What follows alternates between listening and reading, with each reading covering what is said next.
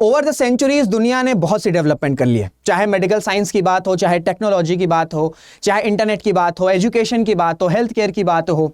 आज हमें कुछ भी ऑर्डर करना हो तो हमारे पास बहुत से ऑप्शंस हैं, हमें सिर्फ ऑनलाइन उसको ऑर्डर करना है और कुछ मिनटों से कुछ घंटों तक वो चीज़ हमारे घर तक पहुंच सकती है। यानी कि आज इंसान के पास वो हर सुविधा है जो शायद 20-25 साल पहले कभी किसी ने सोची भी नहीं होगी। ये एक पार्ट है दुनिया का। वहीं अगर मैं दूसरे पार्ट की बात करूं तो ऐसे देश हैं जहां पर बेसिक नेसेसिटीज नहीं है, जहां पर पानी नहीं है, जहां पर 2 टाइम का खाना नहीं है, जहां पर प्रॉपर वैक्सीनेशन नहीं है, दवाइयां नहीं है, बेसिक सर्दी जुकाम की बुखार की दवाइयां अवेलेबल नहीं है। देशों में वायलेंस हो रहे हैं, उस देश में वायलेंस हो रहा है, लोग अपने ही देश से डिस्प्लेस्ड हो चुके हैं और वो जो संख्या है वो संख्या मिलियंस में है। हंगर का इशू है, ह्यूमैनिटेरियन क्राइसिस है, वायलेंस हो रहा है, सिविल वॉर्स हो रही है, लोग अपने ही देश में रिफ्यूजी कैंप्स में रह रहे हैं और उस रिफ्यूजी कैंप्स पर भी अटैक हो रहे हैं। क्यों? क्योंकि पावर की टसल है, पावर हंगर की वजह से जो लोग, उसी देश के लोग जिस रिफ्यूजी कैंप्स में रह रहे हैं उन पर अटैक किया जा रहा है। मैं बात कर रहा हूं सूडान की, जहां पर वायलेंस, सिविल वॉर की जो स्थिति है वो 1956 से चल रही है। जब से ये देश आजाद हुआ है तब से वहां पर इंटरनल डिवाइड चल रहा है, तब से वहां पर सिविल वॉर की स्थिति है, तब से लेकर अब तक मैं बात करूं तो न जाने मिलियंस ऑफ लोग डिस्प्लेस्ड हो चुके हैं। यूएन ने बोला है, यूनाइटेड नेशंस ने बोला है कि अनइमेजिनेबल ह्यूमैनिटेरियन क्राइसिस है सूडान में, लेकिन उस पर बहुत ज्यादा चर्चा होती नहीं है। तो आज मैं आपको पूरा जो हिस्ट्री है, जो सिविल वॉर की स्थिति है जो सूडान में 1956 से बनी है, 1956 से लेकर 2024 तक, ये सारी चीजें बताने वाला हूं। कौन किसके अगेंस्ट लड़ाई कर रहा है, क्यों लड़ाई कर रहा है, स्थिति कैसी थी, कैसे सूडान का एक बार इंडिपेंडेंस हो चुका है, बंटवारा हो चुका है, साउथ सूडान कैसे फॉर्म हुआ, ये सारी चीजें जो है वो आज आपको बताने वाला हूं। और ये न्यूज में क्यों है, किस रिफ्यूजी कैंप पर अटैक किया गया है जिसको यूनाइटेड नेशन ने भी क्रिटिसाइज किया है, यूनाइटेड स्टेट्स ऑफ अमेरिका ने भी क्रिटिसाइज किया है, उसको भी समझने की कोशिश करेंगे। नमस्कार दोस्तों, मेरा नाम ऋषभ सिंह है and you are watching current affairs powered by 247। इसी तरीके की डिटेल्ड इंफॉर्मेशन आपको इस चैनल पर मिला करती है, तो चैनल को सब्सक्राइब जरूर कर लीजिएगा और अगर वीडियोस अच्छी लगती है तो लाइक, शेयर, कमेंट्स भी वीडियो पे जरूर करिएगा सो दैट वीडियो की रीच बढ़ सके। कुछ फोटोज आप देख सकते हैं, ये आपको लग रहा होगा कि पुराने पिक्चर है, बिल्कुल भी पुरानी पिक्चर नहीं है। ये सूडान की normal day to day life है, लोग इस तरीके से ट्रैवल करते हैं। आप देख सकते हैं बिल्कुल ही ऑर्डिनरी सिचुएशन है, कुछ भी डेवलपमेंट नहीं है। डेवलपमेंट क्या ही होगा, यहाँ पर खाने पीने के लाले पड़े हुए हैं, लोग इस तरीके से खाने के लिए लाइन लगा रहे हैं। ये रेफ्यूजी कैंप्स की फोटो है, ये सब रेफ्यूजी कैंप्स की फोटो है क्योंकि ये लोग इंटरनली ही डिस्प्लेस्ड हो गए हैं।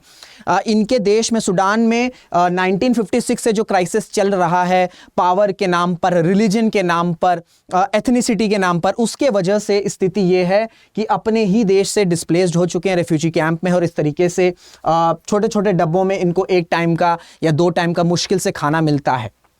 ये आप देख रहे हो सूडान का मैप है, यहां पर एक रेफ्यूजी कैंप है जिसका नाम है जमजम रेफ्यूजी कैंप्स। तो इस पर क्या हुआ है, इस रेफ्यूजी कैंप्स पर बड़े लेवल पर अटैक हुआ है जिसको यूनाइटेड नेशन ने भी कहा है कि बहुत अलार्मिंग सिचुएशन है सूडान में, क्योंकि जो वायलेंस है वो एस्केलेट होता चला जा रहा है। और ये इस वजह से आया क्योंकि जो अभी रिसेंटली जमजम कैंप है इस पर ब्रूटैलिटी से अटैक्स हुए हैं। ऑलरेडी लोग यहाँ इस कैंप में डिस्प्लेस लोग हैं, उनके पास बेसिक नेसेसिटीज नहीं है, ऊपर से अगर कैंप्स पर अटैक्स भी होंगे तो ये ह्यूमैनिटेरियन क्राइसिस को और ज्यादा इनहांस कर सकते हैं। तो चाहे हम यूनाइटेड नेशंस की बात कर लें, चाहे हम यूनाइटेड स्टेट्स ऑफ अमेरिका की बात कर लें, सभी ऑर्गेनाइजेशंस ने इस अटैक को कंडेम किया है। और ये सारी चीजें पता कहां से चली, ये सारी चीजें पता चली हैं सैटेलाइट इमेजेस के थ्रू। ठीक है, सैटेलाइट इमेजेस के थ्रू ये सारी चीजें पता चली हैं कि किस तरीके से जो क्राइसिस हो रहा है, जो ब्यूरल्स हैं वो बढ़ते चले जा रहे हैं। ठीक है, जैसे 276 ग्रेव्स आइडेंटिफाइड सिंस जून 20, ये बढ़ता चला जा रहा है, 162, 288, 479। तो ब्यूरियल की जो संख्या है, ठीक है, ब्यूरियल की जो संख्या है वो सैटेलाइट इमेजेस से देख सकते हैं कि कैसे 41 था और क्या आपको सिमेट्री दिख रही है, और ये आपका 393 ग्रेव्स हो गया है। तो इस चीज से पता चला है, सैटेलाइट इमेज से पता चला है कि जो रेफ्यूजी कैंप है, जो जमजम रेफ्यूजी कैंप्स है, उस पर वायलेंस किस तरीके से हो रहा है, किस तरीके से लोगों की जानें जा रही हैं। तो इस चीज से पता चला है। ये सैटेलाइट इमेज अगर हमें ना मिलती या दुनिया को सैटेलाइट इमेज के बारे में जानकारी ना होती तो हमें पता ही नहीं चलता कि ऑलरेडी देखिए सूडान में तो क्राइसिस चल रहा है, आज की बात नहीं है, लेकिन इस लेवल पर चल रहा है कि एक कैंप पर अटैक्स किए जा रहे हैं और उस कैंप के अराउंड इतने लोगों का ग्रेव्स, ठीक है, ब्यूरियल जो है उसके थ्रू पता चल रहा है। तो बड़ी शॉकिंग इमेजेस है, ये सैटेलाइट इमेजेस रिलीज करी गई है और दुनिया जो है, चाहे यूनाइटेड नेशंस की बात कर लें, चाहे हम वेस्टर्न कंट्रीज की बात कर लें, यूनाइटेड स्टेट्स ऑफ अमेरिका की बात कर लें, सब के सब शॉक में हैं और बस यही कह रहे हैं कि कंडेम कर रहे हैं सिचुएशन को कि कैसे कैसे ना करके जल्द से जल्द वायलेंस को खत्म किया जाए और सूडान में नॉर्मलसी आ सके। लेकिन 1956 से तो नॉर्मलसी नहीं आ पाई है। अभी क्यों नहीं आई है वो मैं आपको बताऊंगा, आप समझ में आएंगे कि किस तरीके से power, ethnicity, religious divide, ideological divides की वजह से एक देश पूरी तरीके से वायलेंस में जा चुका है। और यूएन ने बोला है कि 21st सेंचुरी का सबसे बड़ा जो ह्यूमैनिटेरियन क्राइसिस है वो सूडान में चल रहा है, जिस पर दुनिया बहुत ज्यादा बात नहीं करती। हम सीरिया, यमन की बात तब भी कर लेते हैं, लेकिन सूडान का क्राइसिस तो बहुत ज्यादा वेस्टर्न मीडियाज कवर भी नहीं करते हैं। जब इस तरीके के कुछ अनइमेजिनेबल क्राइसिस होती तब हमें समझ में आता है, ठीक है। तो अगर मैं डिस्प्लेस नंबर्स की बात करूं तो ये आप मिलियंस में जा समझ सकते हैं कि मिलियंस में लोग इस तरीके से डिस्प्लेस्ड हो चुके हैं अपने ही देश से और इस तरीके से डिस्प्लेस्ड होकर कैंप्स में रहते हैं और इन कैंप्स पर भी अटैक किए जा रहे हैं। और ये सैटेलाइट इमेजेस के थ्रू पता चला कि 1200 न्यू ब्यूनरल्स जो है वो पाए गए हैं आपका कब से, जून 2023 से नवंबर 2024 तक, यानी कि एक साल से ऊपर, सिर्फ थोड़ा सा एक साल से ऊपर का टाइम पीरियड है, उसमें 1200 न्यू ब्यूनरल्स पाए गए हैं। ये आपको ये समझना होगा किस तरीके से वायलेंस हिट कर रहा है जमजम कैंप पर। तो मैप में लोकेशन पहले समझ लो। अब हम समझते हैं ये लेटेस्ट न्यूज़ है, ठीक है। अब थोड़ा सा आपको समझना पड़ेगा कि हिस्ट्री क्या है सूडान की, क्यों ये हो रहा है, क्योंकि इसमें कोई एक्सटर्नल कंट्रीज अफेयर, इस एक्सटर्नल कंट्रीज इन्वॉल्व नहीं। जैसे सीरिया की बात कर लें, यमन की बात कर लें, वहां पर एक पावर टसल है, इंटरनेशनल इंटरेस्ट है। जो कंट्रीज हैं, जो ऑल ओवर द कंट्रीज हैं, चाहे हम यूएस की बात कर लें, रशिया की बात कर लें, ईरान की बात कर लें, चाइना की बात कर लें, उनका इन्वॉल्वमेंट है। लेकिन सूडान में सिर्फ और सिर्फ ये इंटरनल डिवाइड की वजह से हो रहा है। हालांकि कुछ पॉलिटिकल इन्फ्लुएंस है बट उस कदर नहीं है। तो आपस में ही ये लोग क्यों लड़ रहे हैं और स्थिति इतनी ज्यादा खराब हो चुकी है, तो इसके लिए आपको थोड़ी सी हिस्ट्री समझनी होगी। तो ये आपको समझना होगा, ये सूडान का मैप है, बिल्कुल आप देख रहे हो रेड सी है, रेड सी से बिल्कुल सटा हुआ सूडान है। इसके ठीक नीचे साउथ सूडान है। पहले ये पूरी कंट्री एक साथ हुआ करती थी, पहले सूडान और साउथ सूडान एक देश हुआ करता था। साल 2011 में, ठीक है, साल 2011 में साउथ सूडान को इंडिपेंडेंस मिली सूडान से। उसके बाद साउथ सूडान जो है वो अफ्रीका का एक अलग देश बन गया है। तो अगर आप लोकेशन के हिसाब से देखोगे तो रेड सी बिल्कुल स्ट्रेटेजिक लोकेशन के पास सूडान है। तो अगर ये सारी चीजें डेवलपमेंट, ये वायलेंस वगैरह नहीं होता तो शायद सूडान एक इंपॉर्टेंट कंट्री हो सकता था अफ्रीका के कॉन्टिनेंट में। बट अफसोस violence, religious divide, ethnicity divide, इन सब के चक्करों में सूडान में कभी नॉर्मलसी हो ही नहीं पाई। तो अब आपको मैं थोड़ा सा टाइमलाइन के थ्रू चीजें समझाने की कोशिश करता हूं। तो अगर आप मैप में देखो, देखिए सूडान को आजादी मिली थी कब? सूडान को आजादी मिली थी साल 1956 में। साल 1956 में सूडान को आजादी मिली थी। ट्रीटी का नाम क्या था? ट्रीटी साइन हुई थी इजिप्ट और यूनाइटेड किंगडम के बीच में। उस ट्रीटी का नाम था ट्रीटी रेलिंक्विशिंग, ठीक है। इस ट्रीटी के थ्रू साल 1956 में सूडान को एक सोवरेन स्टेट डिक्लेयर कर दिया गया। अब अगर आप मैप में देखोगे, सूडान है, इजिप्ट है, लिबिया है, ठीक है, सेंट्रल अफ्रीकन रिपब्लिक है, इथोपिया, उस वक्त तो साउथ सूडान नहीं था। तो यहां पर जब आपका साउथ सूडान को जब आजादी मिली तो ऑलरेडी इस रीजन में क्राइसिस चल रहा था, ठीक है। 20th सेंचुरी में कोल्ड वॉर का एरा था, ठीक है, कोल्ड वॉर कह रहा था। प्लस अफ्रीका हमेशा से ही रिसोर्स रिच कॉन्टिनेंट रहा है, तो यहां पर क्राइसिस चल रहा था। ऐसे में सूडान को आजादी मिली। तो ऑलरेडी रीजन में जब क्राइसिस चल रहा है, टेंशन चल रहा है, तो जब सूडान नया देश आजाद होगा तो उसका उस रीजन के टेंशंस का जो असर है, जो रिपल इफेक्ट है, वो सूडान पर भी जाएगा। चीजें और खराब हो गई जब सूडान में इंटरनल डिवाइड शुरू हो गया, स्पेशली आपका सदर्न रीजन में, ठीक है, क्योंकि अब भाई सूडान एक है। सदर्न रीजन, सदर्न सूडान और नदर्न सूडान के बीच में इंटरनल डिवाइड शुरू हो गया। क्योंकि अगर मैं बात करूं तो उस वक्त जो वेल्दियर रीजन था वो नदर्न सूडान, वो आपका नदर्न सूडान था। जहां पर मेजॉरिटी जो थे वो अरब्स रहते थे, ठीक है, अरब्स रहते थे। वहीं अगर हम सदर्न रीजन की बात करें तो उतना ज्यादा डेवलप्ड नहीं था। देखिए ओवरऑल सुडान ही बहुत ज्यादा डेवलप्ड कंट्री नहीं है, लेकिन हाँ ये है कि उनके कंपेयर में जो नॉर्दर्न रीजन, जो नॉर्दर्न सुडान था वो ज्यादा डेवलप्ड था कंपेयर टू सदर्न सुडान, और वहां पर मेजॉरिटी जो पॉपुलेशन थी वो अरब्स थी। और अगर हम सदर्न रीजन की बात करें तो वहां जो पॉपुलेशन थी वो मोस्टली आपकी क्रिश्चियन हुआ करती थी। तो इनके इंटरनल डिफरेंसेस की वजह से, ठीक है, इनके डिफरेंट एथनिसिटी की वजह से, इनके डिफरेंट इकोनॉमिक्स पॉलिटिक्स की वजह से साल 1956 से ही सिविल वॉर जैसी स्थिति, सिविल वॉर तो नहीं लेकिन हाँ एक इंटरनल डिवाइड बड़े लेवल पर चल रहा था सुडान में। तो अगर आप साइकिल समझोगे, 1956 में आजादी मिली, 1956 से लेकर 1979 तक यहां पर सिविल गवर्नमेंट का राज था, मतलब राज इन द सेंस कि यहां पर सिविलियन गवर्नमेंट थी, ठीक है, यहां पर सिविलियन गवर्नमेंट थी। लेकिन 1979 में मिलिट्री कू होता है सुडान में, रीजन में टेंशन बनी हुई है, इंटरनल डिवाइड चल रहा है सदर्न सुडान में नॉर्दर्न सुडान के बीच में। ऐसे में साल 1979 में जो सिविलियन गवर्नमेंट है इसको टॉपल कर दिया जाता है, इसको हटा दिया जाता है और यहां पर मिलिट्री कू हो जाता है। और वो जो लीडर थे जिसने मिलिट्री कू किया उसका नाम क्या था? उसका नाम था ओमार अल बशीर। तो इन्होंने क्या किया, साल 1979 में इन्होंने सिविलियन गवर्नमेंट को टॉपल कर दिया, सिविल गवर्नमेंट को खत्म करके अपना रूल जो है एस्टैब्लिश कर दिया। और बशीर की जो रेजिम थी, जो उमर अल बशीर की रेजिम थी, ये बहुत ज्यादा ऑप्रेसिव थी। इन्होंने स्ट्रिक्ट इंटरप्रिटेशन इंप्लीमेंट किया था शरिया लॉ का। मोरालिटी पुलिस इन्होंने डिप्लॉय करी थी, जैसा हम ईरान में देखते हैं, ठीक है। मोरालिटी पुलिस ये रहती है कि जो भी नियम कानून है उसे स्ट्रिक्टली फॉलो किया जाए, अगर नहीं स्ट्रिक्टली जनता फॉलो करेगी तो मोरालिटी पुलिस अथॉरिटीज के पास ये राइट रहता है कि वो उसको जबरदस्ती भी फॉलो करवा सके, इंप्लीमेंट करा सके। तो बहुत सारे इन्होंने प्राइवेट मिलिशियाज आपके डिप्लॉय किए हुए थे, जिससे जो क्योंकि बैटल में इन्वॉल्व था सुडान कई जगह, ठीक है, ऐसा नहीं कि सिर्फ सुडान में चल रहे थे, बहुत से प्राइवेट मिलिशियाज इन्होंने डिप्लॉय किए थे। मोरालिटी पुलिस थी और इनकी one of the oppressive regime रही थी साल 1989 से लेकर ये साल 2019 तक, यानी कि इनका जो टेन्योर चला था वो 30 सालों तक चला था। तो इनके टेन्योर में ही सिविल वॉर ब्रूटल हुआ, सदर्न सुडान को इंडिपेंडेंस मिली। कुछ ऐसा सीन आप देख सकते हैं साल 2011 में जब सदर्न सुडान को इंडिपेंडेंस मिली तो कुछ इस तरीके से सेलिब्रेशन हुआ था साउथ सुडान में। तो internal divide, civil war, Sudan का बंटवारा, ये सारी चीजें जो ओमार अल बशीर हैं इनके टेन्योर में हुई थी।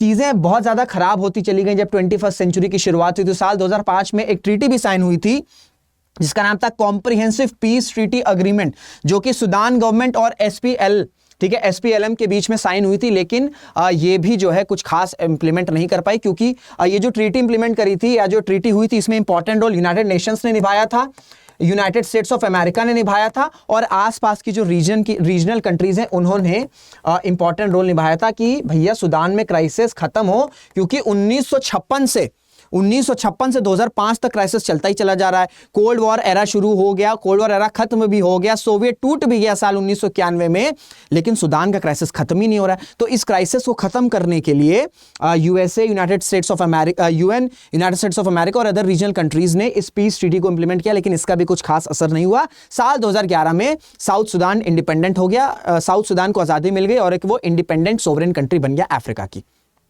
अब देखिए एंट्री होती है, ठीक है, अब एंट्री होती है 2019 में 2 लोग की एंट्री होती है, जनरल अब्देल फताह अल बुरहान, ठीक है, सुडानीज आर्म फोर्सेस, और फिर एक है जनरल मोहम्मद हमदान डागलो। ये 2 जो नाम है, अभी जो स्थिति बनी है ना, अभी जो आपस में वर्चस्व की जो लड़ाई हो रही है, हम कहते हैं ना वर्चस्व की लड़ाई, किसके पास पावर रहेगी, कौन ज्यादा मजबूत रहेगा, किसके पास देश का कंट्रोल रहेगा। तो अभी जो सुडान में वर्चस्व की लड़ाई हो रही है वो वर्चस्व की लड़ाई इन दोनों के बीच में हो रही है। एक तरफ इनकी फोर्सेस है, एक तरफ इनकी फोर्सेस हैं। बीच में पिस कौन रही है? बीच में पिस रहा है सुडान का आम नागरिक, सुडान की आम जनता। न खाने के, न पीने के, न रहने के, न बेसिक नेसेसिटीज, कुछ का आता पता नहीं है। लेकिन आपस में सुडानीज आर्म फोर्सेस और रैपिड सपोर्ट फोर्स, ये रैपिड सपोर्ट फोर्स को लीड करते हैं, ये सुडानीज आर्म फोर्सेस को लीड करते हैं। दोनों में वर्चस्व की लड़ाई है कि कौन कंट्री को कंट्रोल करेगा, कौन कंट्री के रिसोर्सेस को कंट्रोल करेगा। लेकिन कंट्री के लोगों के साथ क्या हो रहा है उसमें शायद बहुत ज्यादा डिस्कशन नहीं होता है। डिस्कशन, लड़ाई झगड़ा, वॉयलेंस, अटैक इसी पर हो रहा है कि कौन जो है अपना वर्चस्व फैला सकेगा। तो देखो भैया, बशीर उमर अल बशीर ने क्या किया था? बशीर ने डिप्लोमेटिक सिविलियन गवर्नमेंट को टॉपल करके खुद को प्रेसिडेंट डिक्लेयर कर दिया था। प्राइम मिनिस्टर की पोस्ट ही खत्म कर दी सुदान से, ठीक है, 1989 में। तो जब भी कोई व्यक्ति खुद किसी लीडर को हटाकर उस जगह पर आया है तो उसको ये डर लगा रहेगा कि यार मेरी भी पोजीशन कभी ना कभी ऐसी हो सकती है कि कोई और मिलिट्री का स्ट्रांग लीडर आए और शायद मुझे हटा दे। तो ये डर जो उमर अल बशीर में था, ये 2011 के बाद से बढ़ गया, क्योंकि सुदान में सुदान का बंटवारा हो गया, साउथ सुदान जो है वो निकल गया, एक इंडिपेंडेंट कंट्री बन गई। प्लस 2019 आते आते लोग त्रस्त हो चुके थे, ठीक है, लोग त्रस्त हो चुके थे, बड़े लेवल पर प्रोटेस्ट चलने लग गए थे, डेमोक्रेसी की बात होने लग गई थी, बेसिक सर्विसेज लोगों को नहीं मिल रहे थे, तो लोग कह रहे थे हमें बेसिक सर्विसेज दो। पूरी तरीके से लोग चाह रहे थे, सुदान के लोग ये चाह रहे थे, सुदान की जनता ये चाह रही थी कि पूरी तरीके से नया गवर्नेंस आ जाए। इस वजह से इन्होंने क्या किया, तो उस वक्त अगर मैं बात करूं, सुदान में ना दो फोर्सेस हैं, एक paramilitary forces rapid support force और एक है सुदानीज आर्म फोर्सेस। तो जो बशीर है, उनको यह डर लग रहा था कि ये जो जनरल हैं, जो अब्देल फताह अल बुरहान है, कहीं ये मेरे को हटाकर खुद प्रेसिडेंट ना बन जाए। तो इसी वजह से बशीर ने क्या किया कि बशीर ने इन पर ज्यादा भरोसा नहीं किया, इन्होंने मोहम्मद हमदन डागलो इन पर भरोसा किया, ठीक है, इन पर भरोसा किया। और उनको सोच ये थी कि बशीर की सोच ये थी कि मैं इनको सपोर्ट करूंगा, तो अगर ये मिलिट्री coup करने की कोशिश करेंगे, दैट इज अब्देल फताह अल बुरहान, अगर ये मिलिट्री coup करने की कोशिश करेगा तो जो दागलो है, ठीक है, जो दागलो है ये प्रोटेक्ट कर लेंगे। लेकिन 2019 में उल्टा हो गया। अप्रैल 2019 में क्या हुआ कि इन दोनों ने ही अपना अलायंस बना लिया, ठीक है, बशीर को हटा दिया, मिलिट्री coup फिर से हो गया वहां पर, ठीक है, मिलिट्री coup तो चल ही रहा था, फिर से क्या हो गया, तो वहां पर उस बशीर को हटाकर प्रेसिडेंट बन गए आपके जनरल अब्देल फताह अल बुरहान, जिसको खुद सपोर्ट किया दागलो ने। तो बशीर ने सपोर्ट किसको किया? बशीर की रेजिम ने सपोर्ट किया या ट्रस्ट दिखाया दागलो पर, क्योंकि उनको लग रहा था कि जो दागलो जो हैं वो अगर बुरहान जो है अगर वो चाहेंगे कि उनको मिलिट्री को वो लीडर बनना चाहे तो इनको रोकेंगे। लेकिन ये दोनों खुद साथ में आ गए, बशीर को हटा दिया और ये प्रेसिडेंट बन गए, और ये कहीं ना कहीं सेकंड इन हैंड, जो सेकंड इन पोजीशन होती है, that is vice president, vice chairman, जो भी आप कह सकते हैं, वो बन गए 2019 में, ठीक है। ये आप न्यूज हेडलाइन देख सकते हैं कि 2019 में वो बशीर को हटा के कुछ इस तरीके से, आपको दागलो दिख रहे हैं, आपको अल बुरहान दिख रहे हैं, इस तरीके से उन्होंने अनाउंस कर दिया कि अब नई जो है वो गवर्नमेंट रहेगी। बशीर की रेजिम जो कि 30 साल से चली, लोग त्रस्त हो चुके थे, उनको अब हम हटा के खुद प्रेसिडेंट बन रहे हैं। अब जो आपके जनरल अब्देल फताह अल बुरहान थे, इनकी सोच ये थी कि सुदान, भाई देखो मैं पावर में थे, मैं प्रेसिडेंट तो बन गया हूं, क्यों प्रेसिडेंट बनाऊं? क्योंकि प्रोटेस्ट चल रहे थे, डेमोक्रेसी के प्रोटेस्ट चल रहे थे, बेसिक सर्विसेज के प्रोटेस्ट चल रहे थे, नए गवर्नेंस सिस्टम को अप्लाई करने के लिए प्रोटेस्ट चल रहे थे। तो ऐसे में इन्होंने सोचा कि मुझे और देशों के साथ अपने रिलेशंस जो है वो मजबूत करने होंगे, चाहे हम यूएस की बात कर लें, चाहे हम वेस्टर्न कंट्रीज की बात कर लें। तो उसके लिए डेमोक्रेसी तो होना जरूरी है ना। तो यूएसए से जाके या यूनाइटेड नेशन में जाके ये तो नहीं कह सकते हैं कि मैं मिलिट्री रूलर हूं, मैंने जो है लीडर को हटा के वापस बैठ गया।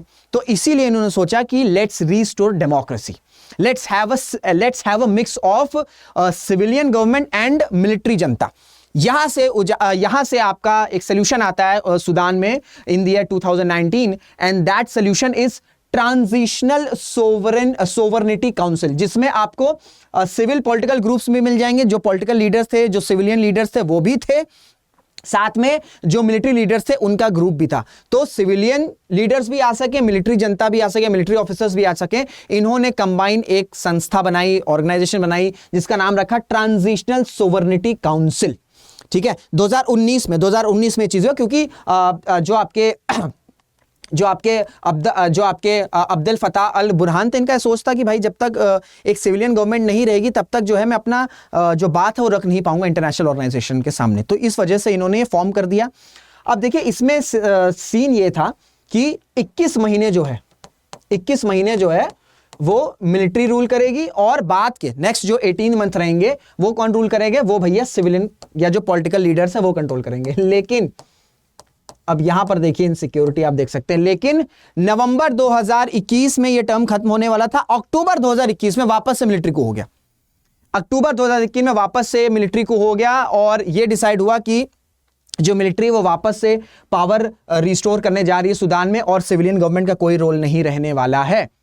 जब ये डिसाइड हुआ, जब ये सुनने में आया, तो अब दोनों के बीच में, ठीक है, ये जो दोनों शख्स हैं जिनके वजह से लड़ाइयां चल रही हैं, चाहे हम दागलो की बात कर लें, चाहे हम अल बुरहान की बात कर लें, अब जब वो वापस से मिलिट्री कू कर दिया अक्टूबर 2021 में, ठीक है, अक्टूबर 2021 में वापस से, देखिए जो आपका ट्रांजिशनल सोवरेनिटी काउंसिल था, ये कब फॉर्म हुआ था? ये साल 2019 में फॉर्म हुआ था, ठीक है, नवंबर 2021 तक, ठीक है, मिलिट्री जनता का रूल खत्म होने वाला था। इन्होंने कब मिलिट्री को कर दिया? अक्टूबर 2021 में ही कर दिया, अक्टूबर 2021 में ही कर दिया, और वापस से खुद को सुप्रीम लीडर या प्रेसिडेंट जो है या चेयरमैन जो है वो डिक्लेयर कर दिया अल बुरहान ने।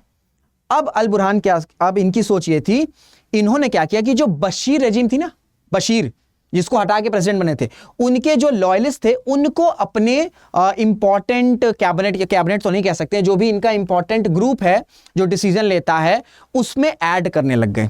अब अगर आप दागलो की बात करोगे तो बशीर ने इन पर भरोसा दिखाया था, ठीक है, कि भाई ये इस बंदे को रोकेगा, लेकिन ये तो इस बंदे के साथ मिलकर बशीर को हटा दिया। तो जो बशीर रेजिम के ऑफिशियल्स रहे होंगे, क्या वो दागलो पर गुस्सा नहीं होंगे? बिल्कुल होंगे। तो दागलो थोड़ा सा यहां से इनसिक्योर होने लग गया, उनको लगा कि जो प्रेसिडेंट अल बुरहान है वो क्यों ऐड कर रहा है बशीर के ऑफिशियल्स को, ठीक है। यहां से फिर जो है वर्चस्व की लड़ाई, थोड़ा सा खटास आना शुरू हो गया सुदानीज आर्मी और रैपिड सपोर्ट फोर्स के बीच में। और उसके बाद से जो दागलो है, इसने अपने आप को एक पॉपुलर लीडर की तरह, एक नेशनल हीरो की तरह पोर्ट्रे करने लग गया, ठीक है, नेशनल हीरो की तरह पोर्ट्रे करने लग गया, क्योंकि इनकी खुद की जो अपब्रिंगिंग थी ना, वो बहुत छोटे डिस्ट्रिक्ट से आ रहे थे। तो इनको सुदान की जो आपकी हताश जनता है ना, उनके बारे में पता था।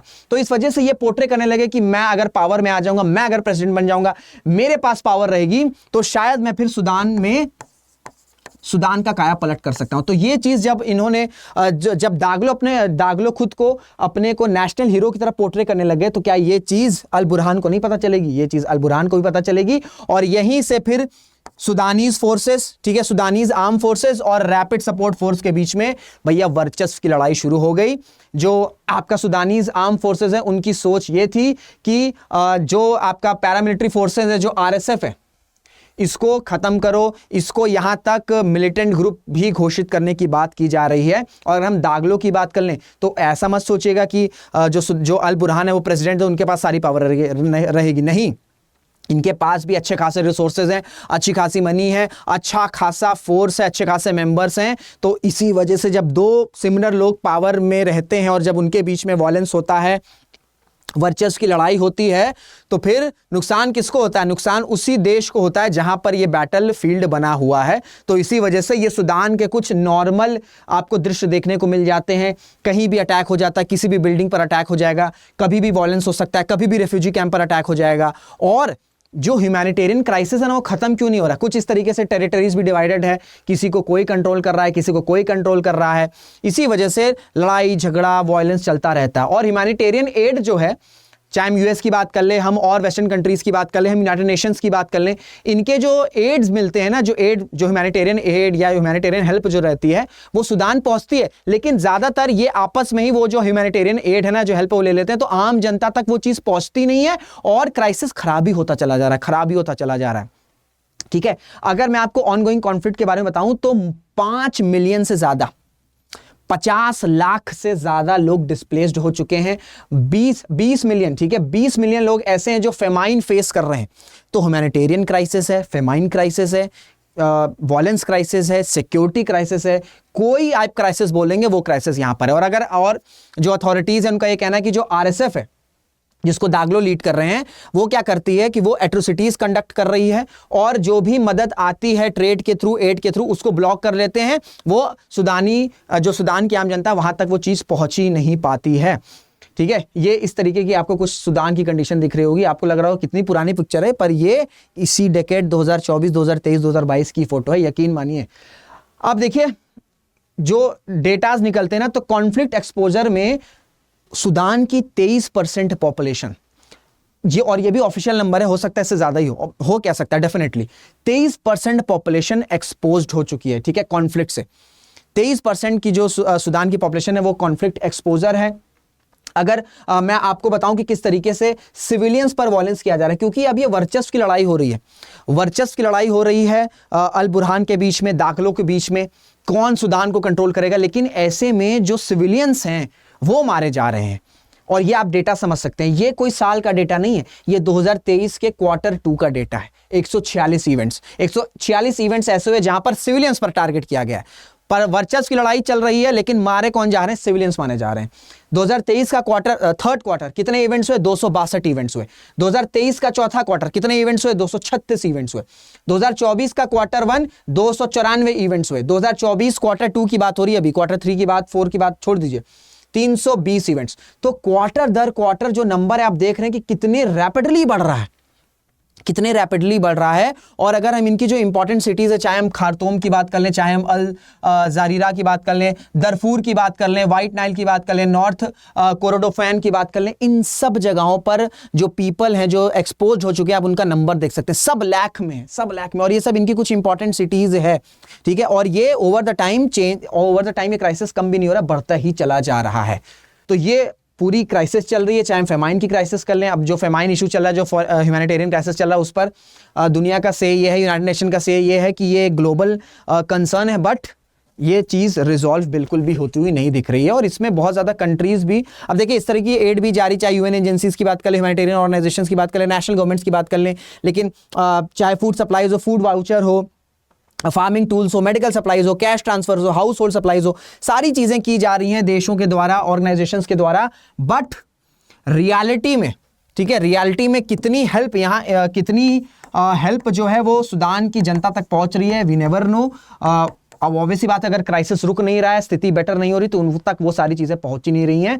जो वर्चस्व की जो लड़ाई हो रही है, वहीं पर ही सारी चीज़ें खत्म हो जा रही हैं। और इंटरनेशनल कम्युनिटी ये लगातार प्रोसेस में है कि चीज़ों को रिजॉल्व किया जाए, बट एज सच जब तक ये जो दो लीडर्स हैं, जब तक ये आपस में सहमति नहीं बनाएंगे, तब तक जो स्थिति है वो चलती ही रहेगी। बहुत ज़्यादा यूएस भी जो है इंटरेस्टेड नहीं रहता। अब ऐसा नहीं कि अपनी आर्म फोर्सेस को उतार देगा, हाँ ह्यूमैनिटेरियन हेल्प जितनी कर सकते ये बोला जा सकता है।